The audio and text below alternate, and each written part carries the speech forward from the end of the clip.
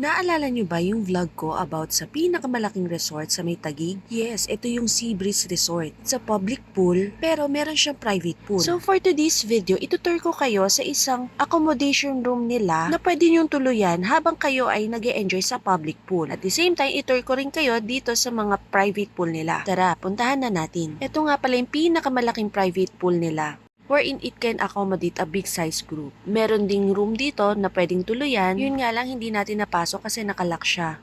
Pero mababait sila kuya dito kasi inalaw nila akong mag-take ng videos at para makita yung area. Maganda itong area na to kung meron kayong special occasion or program. Kasi may mga tables and chairs sila sa gilid na pwedeng pwestuhan ng mga bisita ninyo. Malaki din yung pool nila. Actually, dalawa ito na pinagduktong. Malinis, maaliwalas, malamig ang hangin. Hindi mo mafe-feel na may public pool sa kabilang side. Kaya mafe-feel mo pa rin yung privacy sa area na to. Tara, silipin natin yung kabilang private pool. Dito naman tayo sa second private area. Dito may identical pool sila at identical unit na rin. This one is good for a family gathering. Siguro mga around 10 to 15 packs ang kasya sa isang unit. At kung pagsasamahin or kukuhanin ng parehong unit, maximum of 30 capacity. Ang ganda rin dito sa place na to.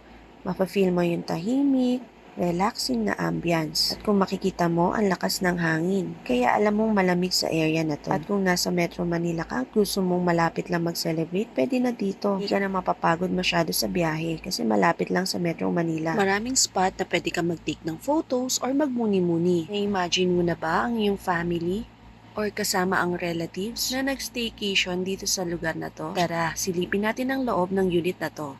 Pagpasok mo dito, makikita mo yung sala, may bed na dito, may stairs, may dining area, at in fairness, ang ganda ng furnitures nila dito Very presentable. Din pala sila ditong TV, fan, mini ref, kitchen area, at may room na rin dito sila sa baba. Silipin natin.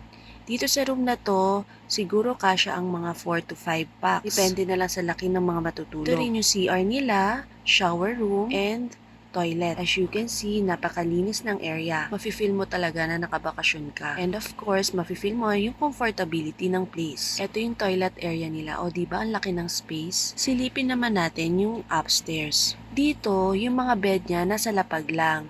Pero okay lang kasi komportable pa rin naman. Marami rin pala makakatulog sa taas. Gusto ko dito yung lighting niya tsaka yung mga furnitures. Ang lakas maka-aesthetic. Ito yung place na talaga namang marerelax ka. Kasama ng yung family or yung relatives o kaya naman mga kaibigan. Aside from that, makifeel mo talaga yung nature ambience dito. Kaya naman talaga isang nakaka-relax na lugar to. Puntahan naman natin yung accommodation room nila. Isa to sa mga unit nila na pwede nyong tuluyan kung kayo ay nasa public area. Trip nyo na. Mas komportable kung sa ganito kayo matutulog. This is good for 6 to 8 packs with 2 double deck and 1 queen size bed. Ang maganda dito, meron na rin siyang tables and chairs na pwede mong kainan. At the same time, meron din silang water heater. Kaya kung gusto mong magkape, pwede mong gamitin to. Pwede ka rin nga palang umorder sa kanila. Tara, silipin naman natin yung restroom nila. Pagpasok mo dito, makikita mo na talagang malinis ang area. May sink, may toilet, at may shower na rin. Very comfy tuluyan kahit nasa public resort ka.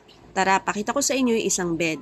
Dito, kasya na dito ang 2 tao. Good for sharing na rin. At take note, malambot ang kama nila Dito naman tayo sa veranda nila. Ang lakas makasosyal ng sliding door nila Tara, tingnan natin ang view. Imagine, naka-public resort ka, sa isang room nila, ito na ang matatanaw mo. Ang ganda, diba? Take note, very affordable lang ang room rates nila Kaya kung gusto mong itry ang accommodation room at private pool nila, inquire mo na sa Sea Breeze Resort. Within Metro Manila lang yan.